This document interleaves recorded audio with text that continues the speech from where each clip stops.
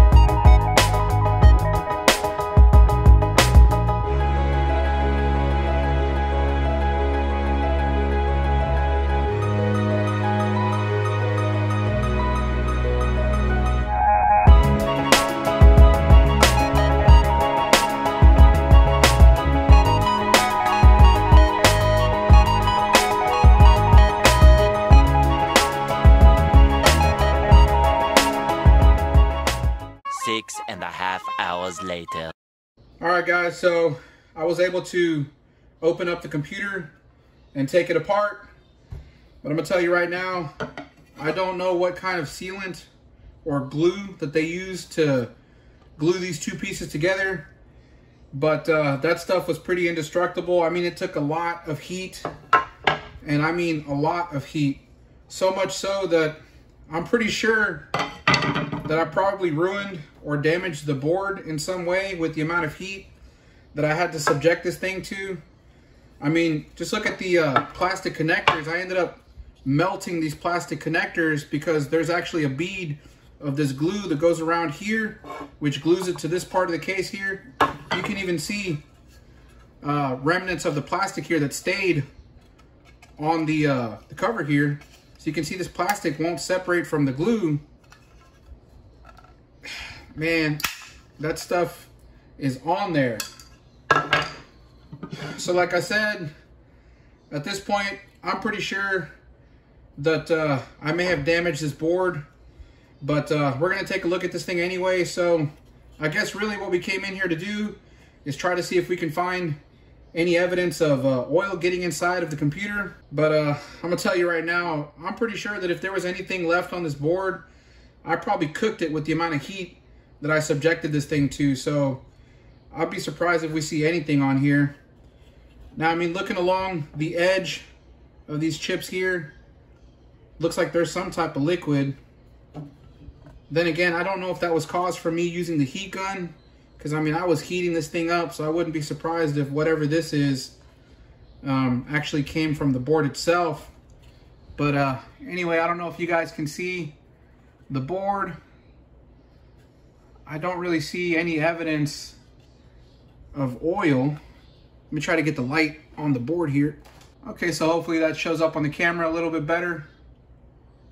I don't know if you guys can see, but I'm not showing any evidence of oil intrusion, nor do I see any blown capacitors, anything that's obvious that could have gone wrong in this computer. Looking at the backside here, I'm not really sure. I don't see anything that's obvious, but like I said, I'm pretty sure if there was anything left on this board, I probably cooked it off. So I guess at this point, I'm not going to try to open up the other computer because I don't want to damage this one, because like I said, I don't think there's any way for me to open this thing up without damaging it. So I'd rather not do that. I think I'm just going to go ahead and take my chances and clean this connector up. I mean, it doesn't really look that bad. So hopefully if there was oil getting in here, it didn't penetrate inside the computer. So I'm gonna go ahead and clean this up, install it in the vehicle, and see what happens. All right, guys, so before we go ahead and install the computer, there is one more thing that we need to address, and that is the question of where did this oil come from that we found inside of the connector. So if you guys recall from part 1 in this video series, we found oil inside of this white connector here that connects to the ECM. And if you guys recall, I went ahead and I cleaned this out, but even after cleaning this out, we still had a communication problem. So that's why we decided to replace the ECM. Anyways, like I said, the question of where did this oil come from is something that we probably need to answer.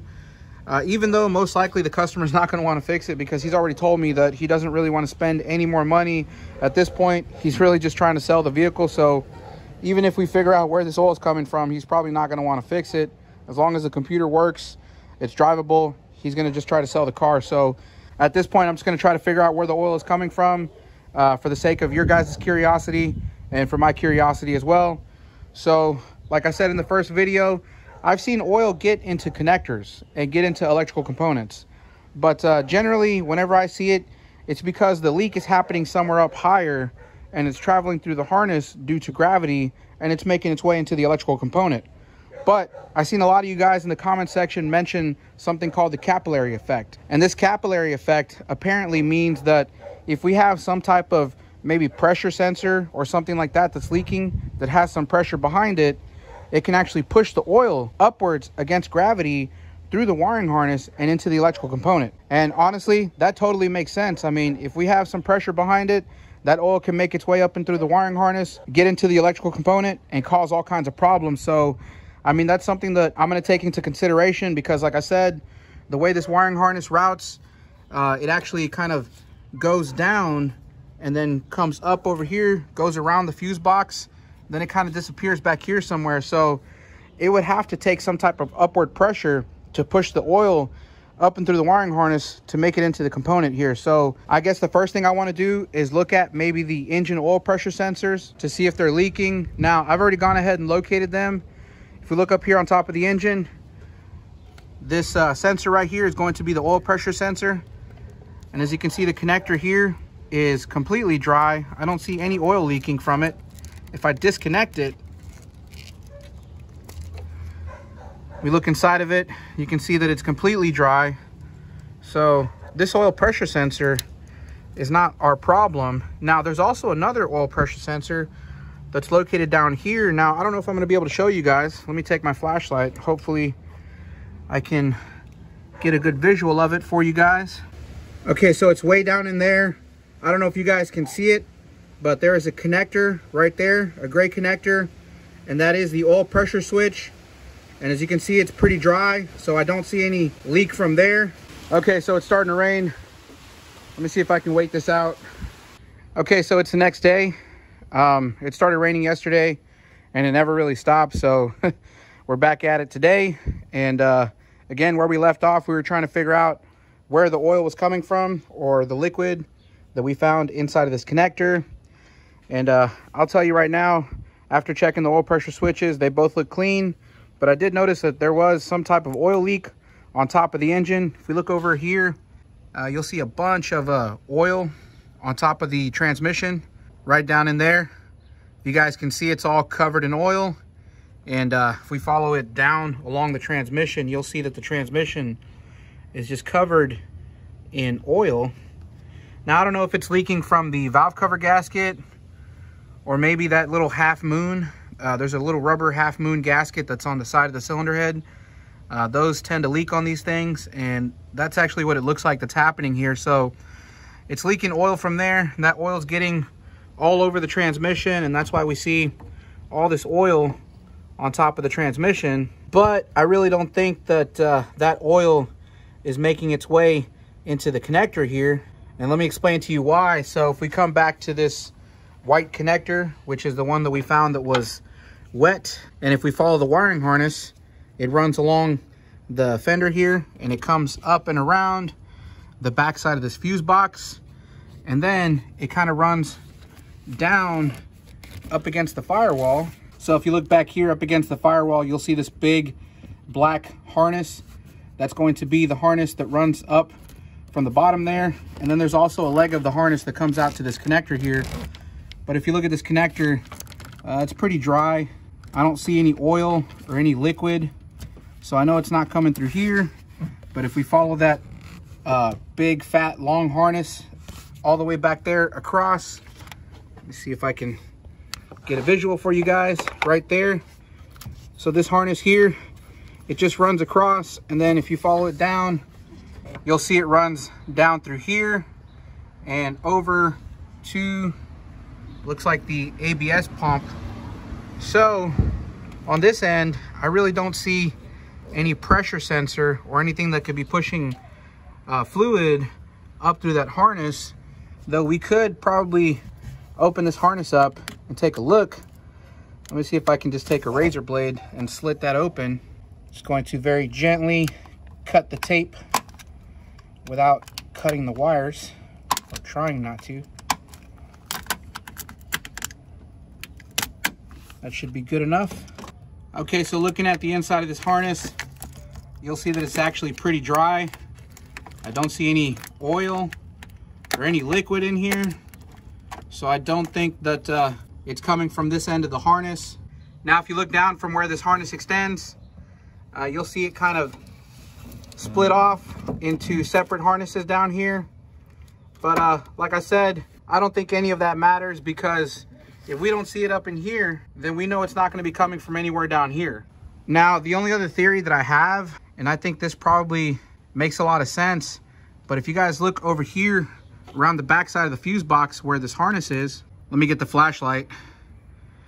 Okay, so if you guys see this harness, the way it runs behind the fuse box, and you'll see this wet spot over here. Well, that's because of the heavy rain we had last night.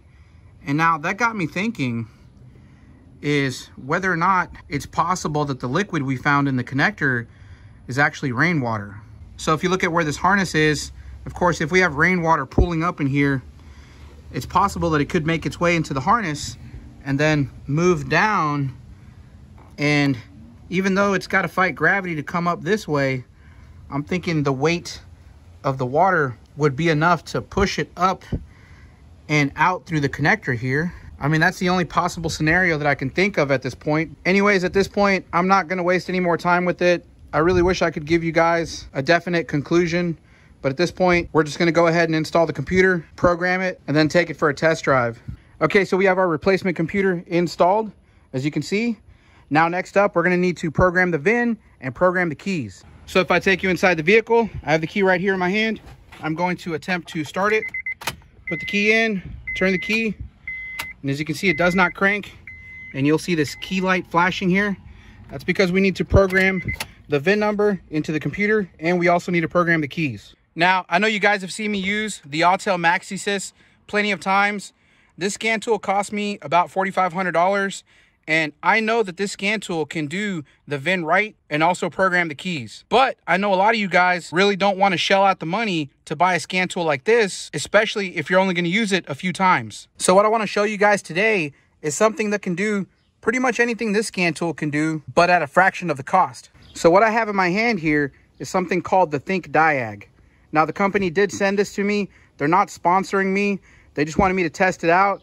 And I'm going to tell you guys right now, I've already tried this thing out, and I'm really impressed by what this thing can do, especially for the price point. So let me show you how this thing works. So the first thing you're going to need to do is locate your OBD2 connector or the data link connector. In our case, it's located up underneath the dash. If you look right there, you'll see the 16-pin connector. We're going to take the Think Diag and we're going to plug it in like that. And when it's connected, you'll see this is going to light up green, letting you know that it's powered up. So next up, you're going to want to take your smartphone or your tablet. In this case, I'm using my iPhone. You're going to want to download this app. It's called the Think Diag. So I'm going to go ahead and click on that. Once this screen opens up, you'll see that we have several different functions we can do. If we come down here, you can do the OBD functions.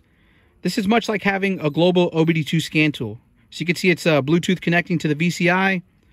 Once it's connected, it's going to scan the module. And as you can see, we have 2 DTCs in this ECU. Now, this isn't really what I want to show you guys. A lot of these Bluetooth scan tools can do global OBD2 information, but what makes this one special is that if you come up here, you'll see all system full functions. This scan tool allows you to download the factory software for a specific manufacturer. So if we come down here, you can actually see that we can purchase the software for the factory scan tool. Now, the nice thing about this is if you purchase this now, you're actually going to get 2 free downloads. And as you can see, I already downloaded the Ford software because my wife drives a Ford. And if you look down here, I went ahead and I downloaded the Honda so we can do this car specifically. Now, these 2 free downloads, they're only offering it for a limited amount of time. I don't know when they're going to go back to only doing 1 free download. But at this moment in time, when you purchase the scan tool, it comes with 2 free downloads. So we're going to go into the Honda Acura. As you can see, I already downloaded this. So I'm going to go ahead and hit diagnose. Now it's loading up the software. We're going to confirm this. But before we do that, I want you guys to take a look at this VIN number. This VIN number is the VIN number that was stored inside of the computer for the vehicle that the computer came out of. So again, this is a used computer. It came out of a different vehicle, and this computer has the VIN number stored in it for that salvage vehicle. So we're going to go ahead and hit confirm. That's going to take us into this menu. We're going to go ahead and hit system selection, and we're going to go into the PGM FI, which is the engine computer. And we're going to want to go into the special functions. And the first thing we want to do is write VIN. So we're going to manually input the VIN number for this vehicle that we put the computer into. So I'm going to go ahead and hit confirm. And over here, we're going to input the VIN number. Let me go ahead and do this real quick. Okay, so I manually input the VIN number. Now let's go ahead and hit confirm. Yes. And now the write is complete. So we've successfully written the VIN into this computer. Now the next thing we're going to want to do is go back and go back again. And then we're going to scroll down and pick the immobilizer, which is right here. Hit confirm. Confirm. Immobilizer setup. Confirm. Let's do replace ECM, PCM. It's telling us to turn the ignition switch off. So let me do that real quick. I'm going to turn the ignition off. Now it says to turn it back on. Take a look here. And it says registration of ECM PCM has been complete. Turn the ignition switch off. So I'm going to turn the ignition switch off. Hit confirm. Check all keys to ensure each will start the engine. So let's go ahead and see if this will start the engine now. And we are back in business. Now, if you guys are interested in purchasing the Think Diag, take a look in the video description. You'll find a link there, and you'll also find a coupon code. Right now, if you make a purchase and use this coupon code, you can save 10% on your purchase. Like I said, guys, the video is not sponsored. The company did send this to me. They wanted me to check it out, and I would not be recommending you a product unless I thought it was a really good product. So if any of you guys are looking for an affordable scan tool, you know, maybe you guys are just getting into this field, or maybe you're a DIY person and you work on your own stuff, I think this is a really good option. Even dealership technicians. I know a lot of you guys only work on 1 or 2 makes, and so this could be really valuable for you guys to be able to have the factory scan tool right in the palm of your hands. So now that we have the vehicle running, let's go for a test drive.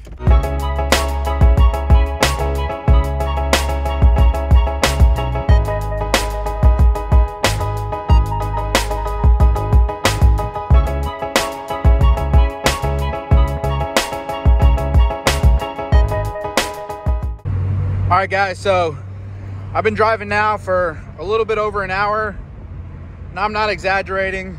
I left the house somewhere around 6:20. It's now 7:30, so it's been a little bit over an hour, but I really don't mind. Had some personal things on my mind, and taking a long drive was kind of therapeutic, so I'm not complaining. Anyway, so far, everything looks good. The check engine light hasn't come on. The car's shifting great. Haven't had any issues with the shift light indicator disappearing.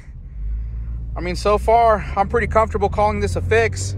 Now, what I'm probably gonna do is I'm going to give this back to the customer, and I'm probably gonna let them drive maybe 2 or 3 days before I decide to post this video, just to make sure that we don't have, you know, any issues with this problem coming back up. Now, I did explain to the customer that I really wasn't able to find a definitive answer as to why there was any fluid or liquid getting into the connector at the computer. And honestly, they really didn't want me to go any further with that because they really don't want to spend any more money on this thing. I mean, I'm telling you guys, I found a for sale sign in the back seat, and they're trying to sell it for $1,900. I know this guy paid like $1,000 for this car. He already paid to have a hybrid battery put in it, and then paying me to do these last 2 repairs. At this point, I don't even know if he's gonna break even, but like I said, they just don't want to put any more money into this vehicle. So anyway, I'm gonna go ahead and end off the video. Like I always say, I hope you found it useful. I hope you found it informational. If you did, make sure to give it a thumbs up. If you haven't done so already, make sure you subscribe to the channel, hit that notification bell, and I'll see you guys in the next one. Thanks.